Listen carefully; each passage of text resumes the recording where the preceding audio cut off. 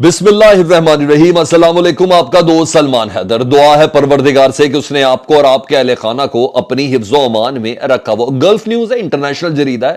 Army chief general Qamar Javed Bajwa نے اس کو interview دیا، اور انٹرویو کم مجھے اس انٹرویو میں اعتراف زیادہ لگ رہا ہے، اور یہ بڑے دل کی بات ہے۔ انہوں نے اپنے خطاب میں بھی، پبلک کے خطاب میں بھی کہہ دیا تھا یوم شہداء پر کہ ہم نے قطار سے شروع کر دیا، اور ہم نے پچھلے سال فروری سے اے پولیٹیکل ہونے کا فیصلہ بھی کر لیا۔ لیکن کچھ بہت بڑے بڑے اعتراف کیے جو پچھلے 70-75 سال کی تاریخ میں پاکستان کی، چاہے اس کے کہ تمام مکمل ہاتھ ہونے کے باوجود اسٹیبلشمنٹ کا اور فوج کا، کبھی کسی نے اعتراف نہیں کیا۔ اور یہ اعتراف کیوں؟ ان اعترافات پر کچھ سوالات کے اوپر بہت ڈیٹیل گفتگو ہونے والی ہے، اور وہ میں نے آپ کے ساتھ شیئر کرنی ہے۔ اور کیونکہ عمران خان صاحب بھی نا پاکستان میں جو کچھ ہو رہا ہے، تحریک عدم اعتماد ہو رہی ہے، انٹرنیشنل فورم کو استعمال کر رہے ہیں، تو جاتے جاتے انہوں نے بھی انٹرنیشنل فورم کو ہی استعمال کیا ہے۔ جنرل قمر جاوید باجوہ نے بہت سی انٹرنیشنل اسپیکٹ پہ، افغانستان تعلقات، جیو پولیٹیکل تعلقات، عرب کے ساتھ تعلقات، میڈل ایسٹ کے ساتھ، فار ایسٹ کے سب تو انہوں نے کیا۔ میں نے اس پہ بات نہیں کرنی کیونکہ پھر بہت لمبی ویڈیو بن جائے گی۔ میں نے آپ کو بتا رہا پاکستان کے حوالے سے جو سوالات ہوئے، سب سے پہلے ان سے سوال کیا کہ جی فوج کے سیاست سے دور رہنے کا فیصلہ کیا آپ نے، یہ گلف نیوز نے کیا، یہ جریدہ، آپ نے فیصلہ کیا، اس کے کوئی شارٹ ٹرم یا لانگ ٹرم کو فوائد دیکھ رہے ہیں جو آپ نے اچانک فیصلہ کر لیا ہے کہ فوج اب سیاست سے دور رہے گی؟ اس کے کیا بینیفٹ ہو سکتے ہیں؟ میں نے کہا نا اعتراف تھا، جی ہاں، انہوں نے کہا پاک فوج کا ہمیشہ سے پاکستان کی حکومت میں فیصلہ سازی میں کردار رہا ہے، ہمیشہ سے۔ پاکستان بننے کی بات شروع ہوگی، جی یہ کبھی کسی نے اعتراف نہیں کیا۔ انہیں کہا ہمیشہ سیاست میں پاک فوج کا کردار رہا ہے، اب یہ پولیٹیکل ہوا ہے، ہمیشہ سے کردار رہا ہے۔ اور یہاں کنفیس کیا، اعتراف کیا، انہیں کہا یہی وجہ ہے کہ عوام اور سیاستدان انہیں بہت تنقید کا نشانہ بناتے ہیں، اسٹیبلشمنٹ کو۔ انہیں کہا اس بنا پر کہ فیصلہ سازی میں ہمارا کردار، سیاست میں ہمارا کردار، اس لیے ہمیں تنقید کا نشانہ بنایا تھا۔ مزید انہوں نے کہا، ہم نے کہا، وہ کہتے ہیں پاک فوج نے اب آئینی حدود کے اندر رہنے کا فیصلہ کر لیا۔ انہوں نے کہا میں نے یہ فیصلہ کیا کہ پاک فوج اب آئینی حدود کے اندر رہے گی۔ انہوں نے کہا بہت مشکل سے فیصلہ کیا تھا، یہ انہوں نے بولا تھا، بہت سوچ بچار کے بعد یہ فیصلہ کیا تھا، انہوں نے یوم شہداء کے خطاب میں جنرل باجوہ صاحب نے بولا۔ انہوں نے ایک آئینی حدود کے اندر فوج کو رکھنے کا فیصلہ کر لیا، یعنی اے پولیٹیکل ہونے کا فیصلہ اب ہوا ہے جا کے، اس سے پہلے نہیں تھا۔ اچھا جی، اور سن لیں، کہتے ہیں مگر اس سے بھی تنقید کا نشانہ بنایا جا رہا ہے اے پولیٹیکل ہونے کو، وہ جو پچھلے سال فروری سے انہوں نے کہا نا ہم نے فیصلہ کر لیا تھا 2021 سے، یعنی ڈیفینیٹلی وہ پی ٹی آئی کو کہہ رہے ہیں نا، عمران خان صاحب کو کہہ رہے ہیں۔ عمران صاحب کہتے ہیں آپ نیوٹرل کیوں ہیں، چور چوکیداری ساری چیزیں آپ نے سب دیکھ لی کہ چوری ہو رہی تو چوکیداریاں کرے گا، یہ ساری آپ نے چیزیں ساری سن لی ہوئی، میں اس کو ریپیٹ نہیں کر رہا۔ تو باقاعدہ انہوں نے اس کا بھی جواب انٹرنیشنل جریدے میں پہلی بار دیا ہے جنرل باجوہ صاحب نے۔ یہ بھی میں آپ کو تو ریٹائرمنٹ سے پہلے وہ یہ انٹرویو دیتے ہوئے جا رہے ہیں کہ مجھے پھر تنقید کا نشانہ بھی بنایا گیا۔ انہوں نے کہا مستقبل میں ہمارے اے پولیٹیکل ہونے کا، غیر سیاسی ہونے کا فائدہ ضرور ہوگا، اس قدم کا ہمیں فائدہ پہنچے گا، عوام اور فوج پھر ایک پیج پر ہو جائیں گے۔ یہ بہت جملہ، یہ بہت بڑی کنفیشن سٹیٹمنٹ ہے، اعترافی سٹیٹمنٹ ہے، اور یہ بڑی بات ہے۔ انہوں نے کہا ماضی میں پاک فوج سے عوام نے غیر معمولی محبت کی، ماضی میں کی، ان میچڈ لو، ان میچڈ لفظ ہے استعمال۔ انہوں نے کہا ماضی میں پاک فوج سے غیر معمولی محبت پاک فوج نے عوام سے پائی، اور مجھے ایسا لگتا ہے، یہ آرمی چیف صاحب کہہ رہے ہیں، مجھے ایسا لگتا ہے پبلک میں یہ محبت اور رسپیکٹ کم ہوئی ہے ہماری سیاست میں مداخلت کی وجہ سے۔ الحمدللہ رب العالمین، یہ سمجھ ہے، یہ انڈرسٹینڈنگ ہے۔ مجھے اب مزید اے پولیٹیکل ہونے پہ تھوڑی تسلی ہو رہی ہے۔ کنفیشن چھوٹی چیز نہیں ہے نا سر، یہ بھی بڑے لوگوں کا بڑے ظرف کی بات ہے، بڑے ظرف کی بات ہے۔ میں اس کو نیگیٹو لوں تو کیا کچھ بنا دوں، مگر یہ ظرف کی بات ہے۔ کتنے لوگ غلطیاں کرتے ہیں، اس کو تسلیم کرنا بڑی بات ہے۔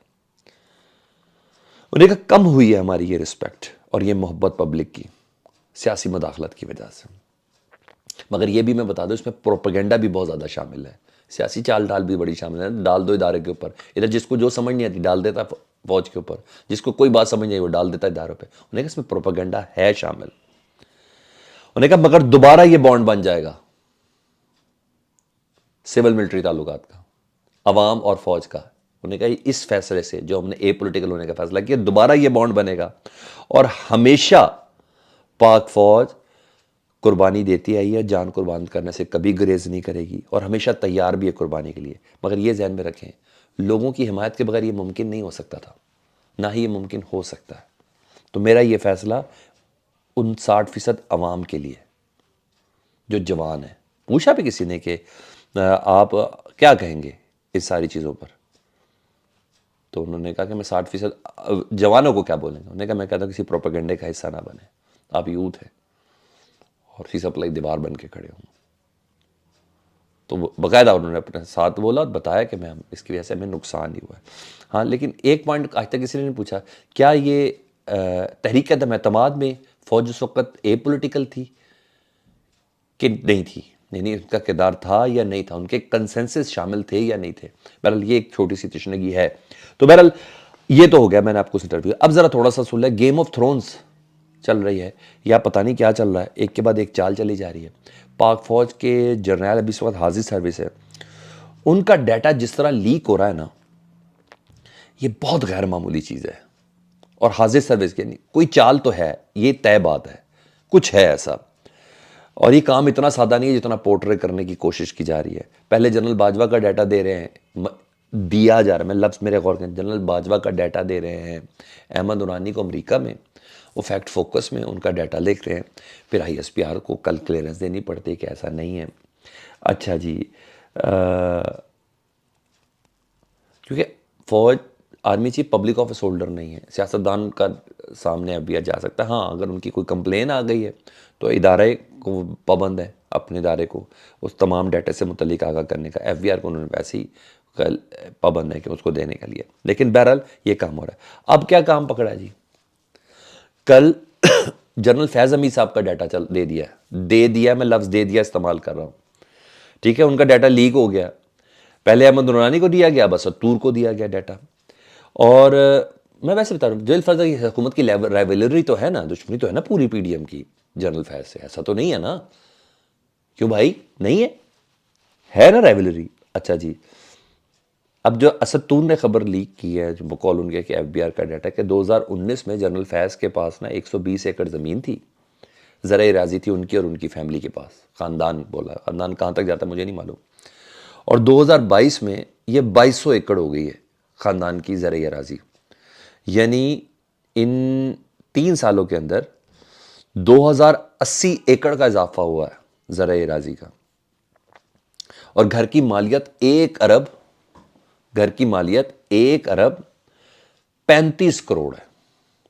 سر میں نے کہا اور آپ نے سن لیا، اس کے پیچھے عزائم کیا ہیں یہ جاننا بڑا ضروری ہے. یہ کون سی فیئرول دی جا رہی ہے ان لوگوں کی طرف سے جو یہ ڈیٹا لیک کر رہے ہیں، پہنچا رہے ہیں، احمد نورانی کو پہنچا رہے ہیں کیونکہ ان کے مطلب کا چل رہا ہے، یہ پہنچا رہے ہیں اسد تور کو کیونکہ ان کے مطلب کا چل رہا ہے. یہ بڑی چیزیں میٹر کرتی ہیں. مجھے ایسا لگ رہا ہے جرنیلوں کو نشانہ بنانے کے چکر میں نا یہ فوج کو نشانہ بنا رہے ہیں. میرا اگر انالیسس آپ سے پوچھیں تو مجھے ایسا لگ رہا ہے یہ فوج کو نشانہ بنایا جا رہا ہے. کیا یہ گورنمنٹ جان بوجھ کر رہی ہے؟ مجھے آپ کمنٹ سیکشن میں بتا دیے گا، یا اگر ہے تو ادارے کو ضرور سوچنا ہوگا. کل پھر آئی ایس پی آر ایک کلیریفیکیشن دے گا جنرل فیض کے حوالے سے، کیا کچھ کرے گا. ادارے کو سوچنا یہ کون کر رہا ہے. صرف آڈیو لیکس نہیں ہوتی سر، صرف پرائم منسٹر ہاؤس کی آڈیوز لیک نہیں ہوتی سر. پھر وہ جو ایک بلیک ورلڈ ہے جہاں آڈیوز لیک ہوتی ہے، ایسا نہیں ہوتا. یہ کوئی ہے، اس کو ذہن میں رکھیں. ادارے میں سے کوئی ہے تب بھی دیکھ لیں، میں بھی پاسبل گورنمنٹ نہیں تو ادارے میں سے کوئی ہو. بہرحال یہ سب چیزیں نوٹ کرنے والی ہیں، یہ پلیسمنٹ ہے. اچھا جی سوری. دوسرا عمران خان صاحب کا سرپرائز کا اثر بڑا زیادہ آ گیا. میں تھوڑا سیاسی اسپیکٹ لے لوں. اوپر سے پرویز رائی صاحب نے جب کہہ دیا کہ آدھے منٹ میں حکومت ختم کر دوں گا، یہ 27 کلومیٹر کی حکومت 27 دن نہیں چل سکے گی. یہ امانت ہے ان کی، انہی کی حکومت ہے. 2 دن پہلے وہ کہہ چکے ہیں میں نے قائد اعظم کے بعد اتنا سچا اور ایماندار آدمی نہیں دیکھا. اب انہوں نے کہہ دیا کہ ان کے جو سروائیول ہے، جو اتنے بڑے حادثے سے بچے ہیں قاتلانہ حملے سے، ڈیفینیٹلی اللہ نے کوئی بڑا کام لینا ہے. تو پرویز الہی صاحب بھی آ گئے. تو صاحب کی نا بیٹھ گئے ہیں جھاگ کی طرح اور بیٹھے ہوئے نظر بھی آ رہے ہیں. اب نا واقعی بڑا ہیوی سرپرائز دیا ہوا ہے میں نے, کام بھی بڑا ہیوی ڈلا ہوا ہے. پی ڈی ایم کو اپنی پڑ گئی ہے, صرف سن لیں میں جلدی جلدی سے لے کے چلوں, ویڈیو ہو جائے گی لمبی. کل ساری ملاقاتیں ہوئی, آصف زرداری اور پاکستان کا خزانہ لے کے اسحاق ڈار صاحب پہنچ گئے کہ سر بتائیں کیا کرنا ہے. اچھا وہ ملاقات تھی. اکرم درانی کے پی کے میں رات کو اجلاس کر کے بیٹھے ہیں اپوزیشن کا کہ بھائی تھوڑا سا ہم کوئی طریقے عدم اعتماد لے ہیں. اور عمران خان صاحب نے بھی کل سارا دن اجلاس بلایا اور آج بھی اجلاس بلا لیا کہ استعفوں کی ٹائمنگز کیا رکھنی, کس طرح ہم لوگوں نے لے کے چلنا ہے. پنجاب میں حمزہ صاحب چھپے ہوئے تھے, پتہ نہیں کہیں انڈوں پہ بیٹھے ہوئے تھے, کہاں گئے ہوئے تھے مجھے نہیں معلوم. اچانک انہوں نے کہا بھائی اٹھ جاؤ. ہاں جی وہ اٹھ گئے ہیں اور نون لیگ کا پارلیمانی پارٹی کا اجلاس بلا لیا ہے. شاید عدم اعتماد کے حوالے سے بات ہو جائے, مشکل ہے, ناممکن ہے. 186 کینڈیڈیٹ ہی بنا ہی نہیں سکتے نا, 186 بندے لائیں گے سامنے تو تب سگریچر دیں گے تو طریقے عدم اعتماد آئے گی نا.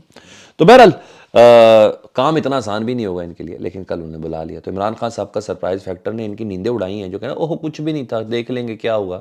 ایسا ہوتا ہے جب ہوتا ہے, جی ہاں وہ بڑا میٹر کر رہا ہے. جابر لطیف صاحب بکلاہٹ کا شکار ہے, کسی نے پوچھا بھی نہیں, وہ تو دل کی باتیں کیے جا رہے ہیں. بکلاہٹ میں بولی جاتی ہے میرا خیال ہے ایسے. وہ کہتے ہیں عدم اعتماد بھی لیں گے, نہیں لائیں گے تو اسمبلی نہیں توڑنے دیں گے, ورنہ گورنر آج کے آپشن ہے, دونوں صوبوں کے اندر لگا دیں گے. تو یہ اندر کی وہ باتیں جو ہم آپ سے پہلے ہی 2 دن پہلے ڈسکس کر چکے, یہ وہ وقف ہیں, لیکن اس کے لیے بھی ایک وہ دینا پڑے گا, ایکسکیوز سرٹن بڑا سالڈ دینا پڑے گا. ارشد شریف صاحب کی بات کر لوں, ارشد بھائی کے حوالے سے نا ان بیچاروں کی سنوائی نہیں ہو رہی, پاکستانیوں کی سنوائی نہیں ہو رہی, عوام کی سنوائی نہیں ہو رہی. ہم جاننا چاہتے ہیں, مجھ سمیت ارشد شریف صاحب کی والدہ, ان کی مسز, 2 احباب, عمران ریاض, محیط پیرزادہ, مخدوم صاحب, عمر دراز, ہم سب جاننا چاہتے ہیں کہ کیا ہے. ڈیفینیٹلی پورا پاکستان نہیں جاننا چاہتا کہ کیا ہو. تو جب سپریم کورٹ کسی قسم کا نہیں کر رہی نا, تو باقاعدہ طور پر یہ پلان کیا گیا ان کی فیملی کے کنسنسس کے ساتھ کہ ارشد شریف کے انصاف لینے کا یہ طریقہ اپنانا ہے. فیملی سمجھتی ہے کہ ہم میں بہت ہمارے پاس ثبوت ہیں, ہم کسی کو ننگا نہیں کرنا چاہتے, اور نہ کرنے کی وجہ سے ہم عدالتی کمیشن بنانے کے لیے درخواست کریں, اور درخواست کر کر کے تھک گئے کہ حاصل سروس سپریم کورٹ کا جو جج ہے وہ عدالتی کمیشن بنائے. تو اب یہ فیصلہ کیا کہ چیف جسٹس آف پاکستان کو بڑی تعداد میں, لاکھوں کی تعداد میں ہینڈ ریٹن خط جائیں گے, پاکستان کی عوام دیکھی, جس میں بچہ بھی شامل ہوگا, مزدور بھی شامل ہوگا, ڈاکٹر بھی شامل ہوگا, انجینئر بھی شامل ہوگا, کہ اس سے بڑا اخلاقی ہمارے عدالتی نظام کے اوپر تماچا گوئیوں کہ پورا پاکستان خط لے کے کہہ رہا کہ خدا کے واسطے ایک آزاد کمیشن حاصل سروس جج کی سربراہی میں بنا دیں, تاکہ یہ اسپیکولیشن ہے جو ختم ہو جائے, ہم پہنچ جائیں اس جگہ پر کہ جہاں انصاف واقعی ہوتا ہوا نظر آئے. ریکویسٹ کروں گا آخر میں چینل دیکھیں تو سبسکرائب کر دیں, کیونکہ مجھے کسی نے کہا کہ چینل کے ویوز زیادہ ہیں لیکن سبسکرپشن تھوڑی کم ہے, تو ذرا بٹن دبا دیں گے نا ریڈ والا, تو چینل سبسکرائب ہو جائے گا. اپنا بہت خیال رکھیں. اللہم صلی علی محمد و آل محمد.